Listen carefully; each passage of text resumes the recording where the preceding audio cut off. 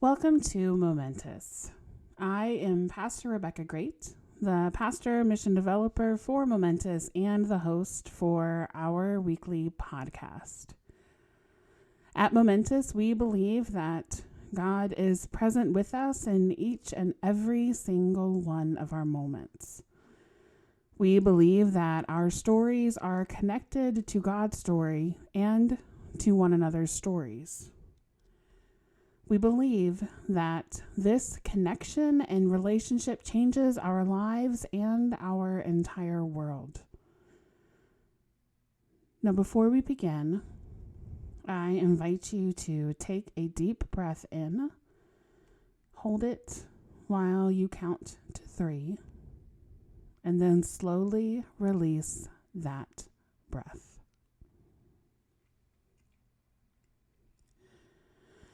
During our first official podcast episode, we learned about one of the scripture passages that was important in the earliest days of formation for MomenToUs.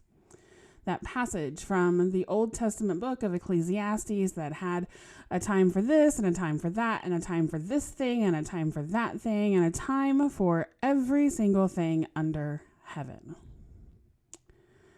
This week, I want to back up several months to the very beginning stages of God calling MomenToUs into being, and how those involved from the very beginning noticed God moments, nudging us along this path.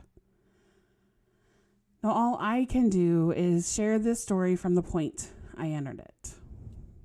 And we'll learn more of the backstory in a podcast interview in the future. So back in January of 2022, I received an email from one of our Synod staff people, the one who most closely oversees new congregations and ministries within our Synod or our geographic area. And she was inviting me and the senior pastor of the congregation I was serving at the time, as well as the co-pastors of a congregation also in the same area. Now, after a lot of emailing back and forth to find a time that worked for everyone's calendars, we finally found a time to meet in February. So we entered a room where the bishop and the staff member who had emailed us, and then another pastor on staff, were already sitting and waiting. Now, again, I can only speak to my own feelings at that point. I knew that whatever the conversation was going to be, it wouldn't be bad. But with that many staff people in the room, I knew it would be an important conversation.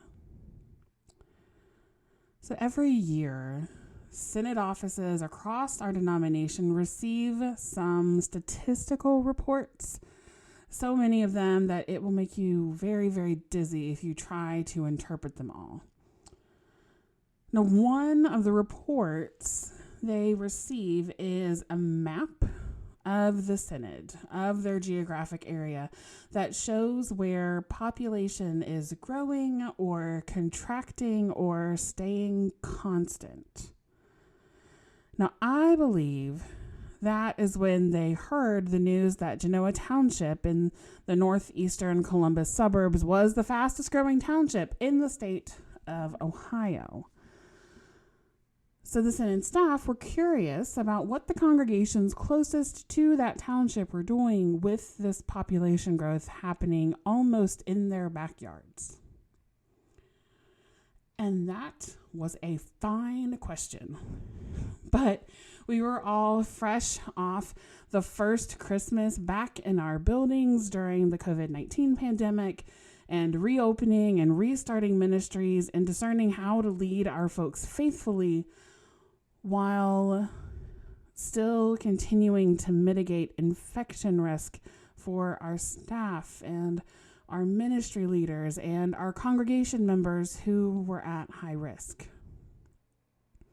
We were all very excited about the thought of doing something new and partnering with this growing community, but we just simply didn't have the time or energy bandwidth. So the meeting then shifted to brainstorming about what a new ministry could be. And we had the time and energy to be a part of some of that initial brainstorming. This is a community very near us, and we kind of knew it.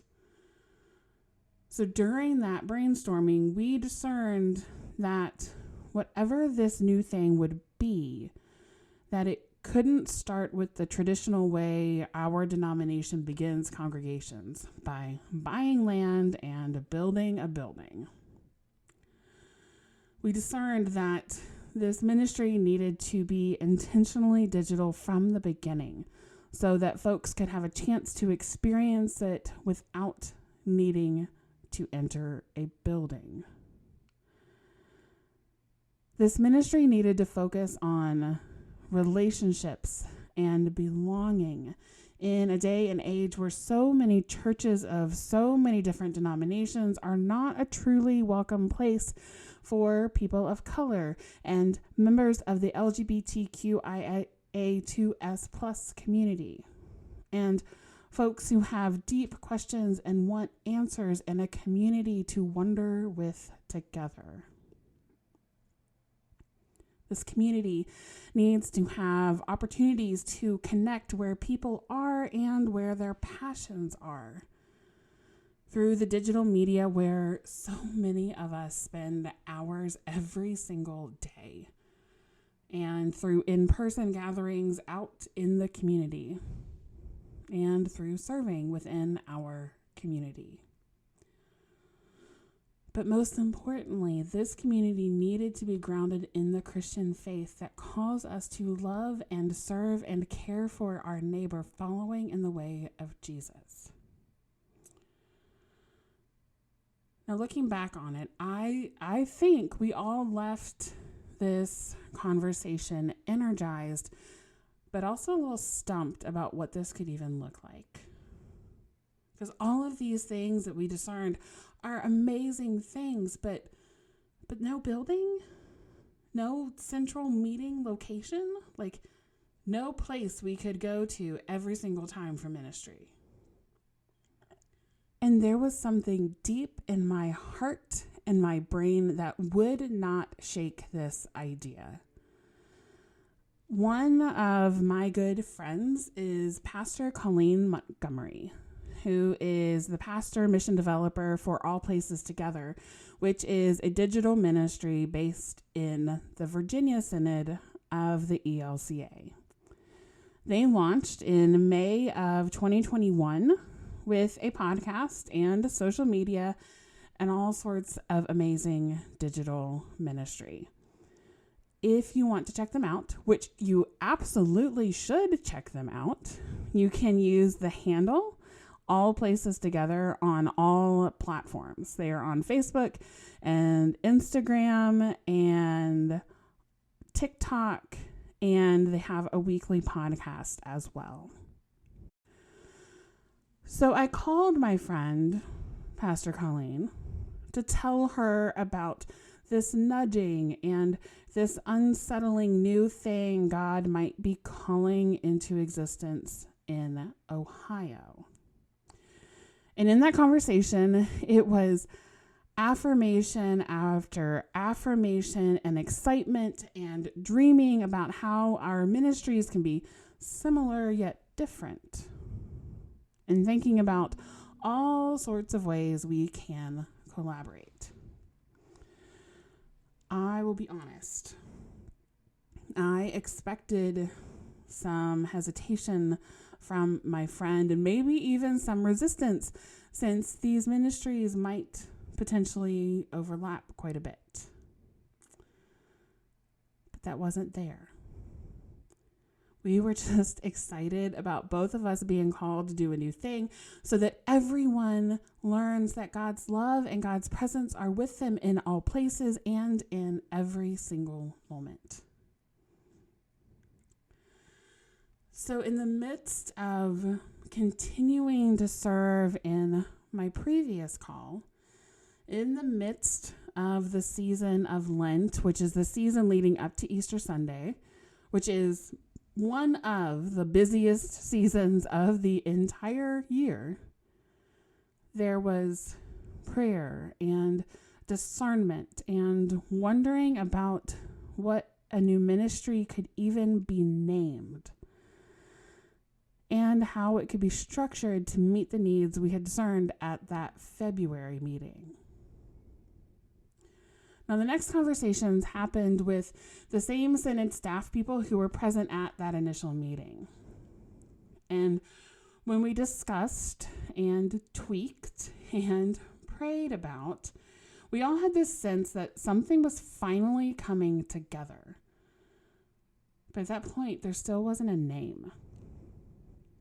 So then at some point in the next week, while I was frantically making dinner between working in the office that day and my husband coming home from work and then me needing to head back to work, I yelled, "There just isn't time.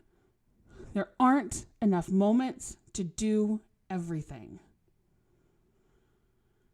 So we very quickly ate dinner, and then I left for whichever evening meeting or event I had that night. Now, I have a long-standing history of grumping at or talking with or praying to God while I'm alone in my car. And while I was driving between home and church, I prayed something along the lines of, "All right, God, you are stirring something up. We sort of have a plan we are confident that you've put together.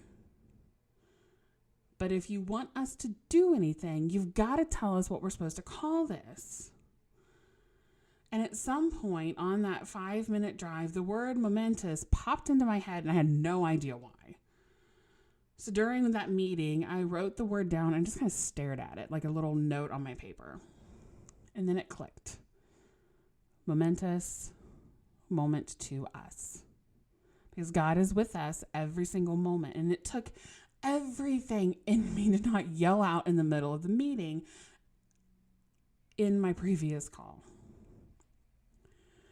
So the next several months were filled with conversations with pastors from around the Synod to let them know about this new ministry and to begin exploring what partnering together could look like, both financially and in sharing ministry together, and praying fervently for funding to come through so that this new ministry could launch.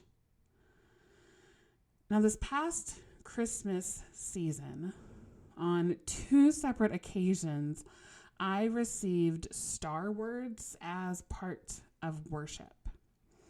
Once was during worship at my previous call, and the other was while serving as a chaperone for our middle schoolers at a weekend retreat at camp. Star words are a tradition that has been around for several years, maybe even several decades. But this was my first year where I had been somewhere that observed that practice. Now, star words are simple words that are given to a person at the beginning of the year to help guide them to noticing God's presence in their midst. This practice is rooted in a story from the Gospel according to Matthew, the story where the Magi follow a star to find baby Jesus in the manger in Bethlehem. And the story goes like this. In the time of King Herod, after Jesus was born in Bethlehem of Judea, wise men from the east came to Jerusalem asking, "Where is the child who has been born King of the Jews? For we observed his star at its rising and have come to pay him homage." When King Herod heard this, he was frightened, and all Jerusalem with him. And calling together all the chief priests and scribes of the people, he inquired of them where the Messiah was to be born. They told him, "In Bethlehem of Judea, for so it has been written by the prophet. And you, Bethlehem, in the land of Judah, are by no means least among the rulers of Judah. For from you shall come a ruler who is to shepherd my people Israel." Then Herod secretly called for the wise men and learned from them the exact time when the star had appeared.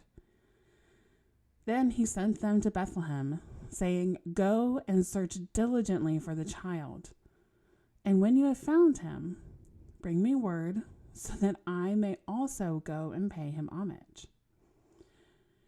When they had heard the king, they set out. And there, ahead of them, went the star they had seen at its rising, until it stopped over the place where the child was. When they saw that the star had stopped, they were overwhelmed with joy. On entering the house, they saw the child with Mary, his mother, and they knelt down and paid him homage. Then, opening their treasure chests, they offered him gifts of gold, frankincense, and myrrh. And having been warned in a dream not to return to Herod, they left for their own country by another road. Star words are used in a variety of ways, all depending on the individual themselves and the spiritual practices that resonate the loudest with them. Some folks have an already well-established devotional practice, and they may choose to meditate on their star word during their devotions. Some people may put it up on the fridge and think about it whenever they notice it, and some may end up writing down the ways that they have experienced their word every day or a week or whenever they think of it. This practice is just another way of directing our attention and intentions on God at various points in our days.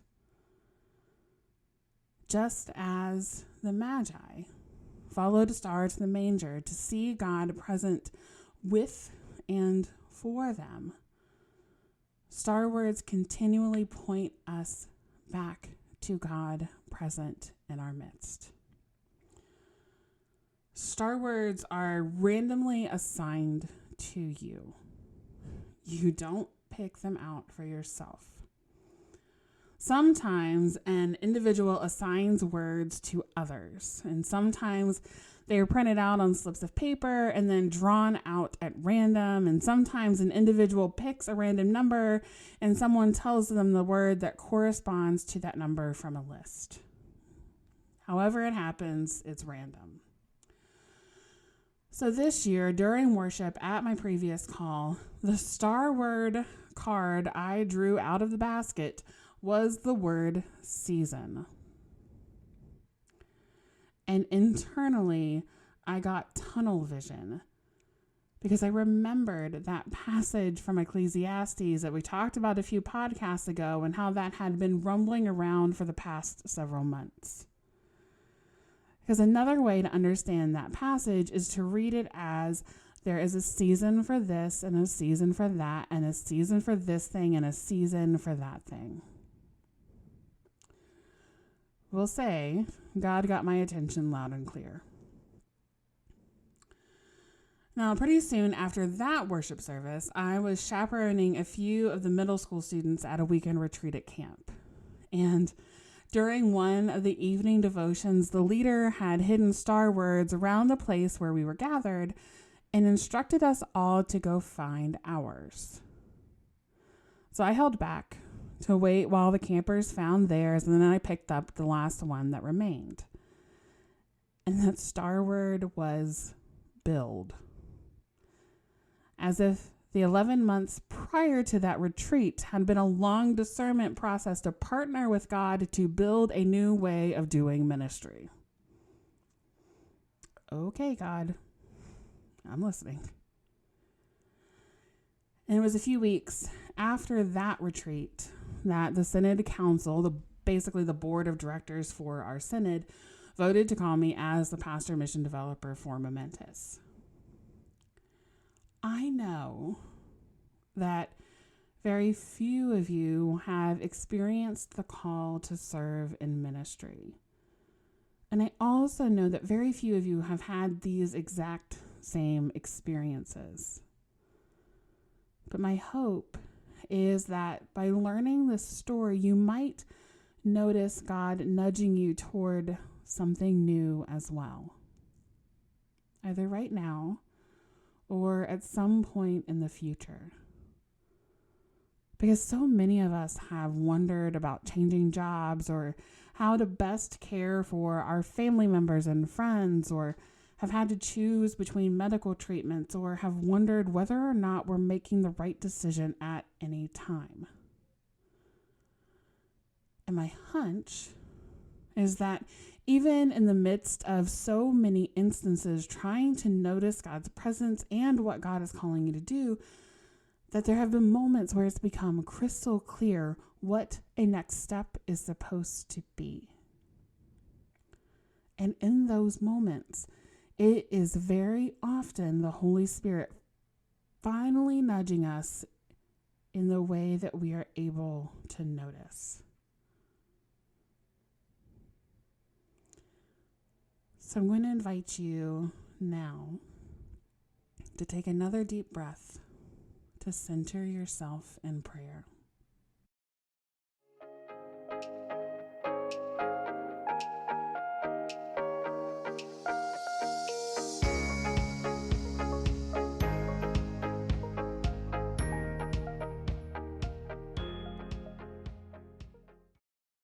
A prayer for following. God who leads, even when it seems like there is no possible way. We just learned a story where you led people across miles and miles with just a star.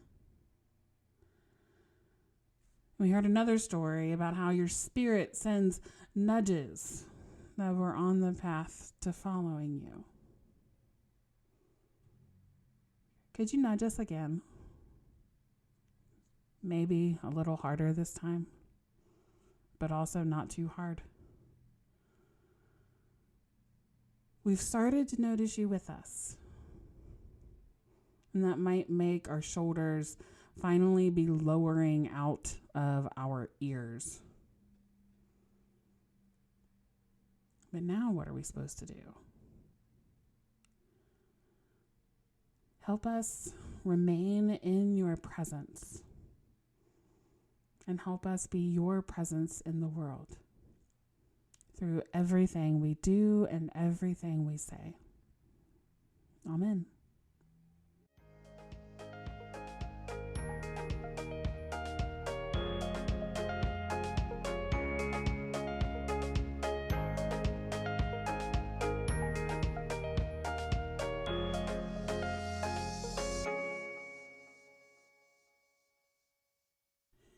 Thank you for joining us for our weekly Moment to Us.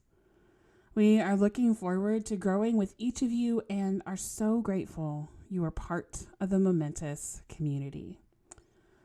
Thank you to our mission partners, the Southern Ohio Synod and the Evangelical Lutheran Church in America, as well as our congregational partners within our Synod. Their financial contributions and prayer ensure MomenToUs continues to grow to an even wider community. If you are someone who uses social media, you may have noticed that our Facebook community is larger than our Instagram and Twitter communities. So, this is your invitation to follow us on each of those platforms if you're already using them. And we would also love it if you shared our social media accounts with those you are connected with on those platforms so that they can become part of the MomenToUs community as well.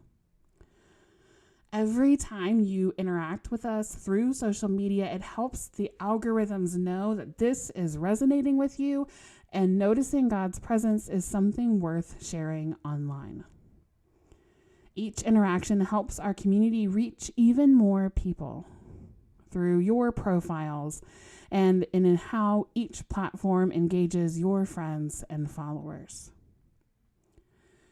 If you want to support the ministry of MomenToUs, know that engaging with us online is one way to do so. If you are able to give financially, you can visit our website and use the donate link. Each one-time or recurring gift combines together to ensure that the MomenToUs community continues to grow. We give thanks for each and every single one of you, for being a part of the MomenToUs community, and for listening to God's call to try something new, and for beginning to notice God's presence even more frequently in your life, in our communities, and in our world. Until our next podcast, remember to breathe deeply and that God is present with you every single moment.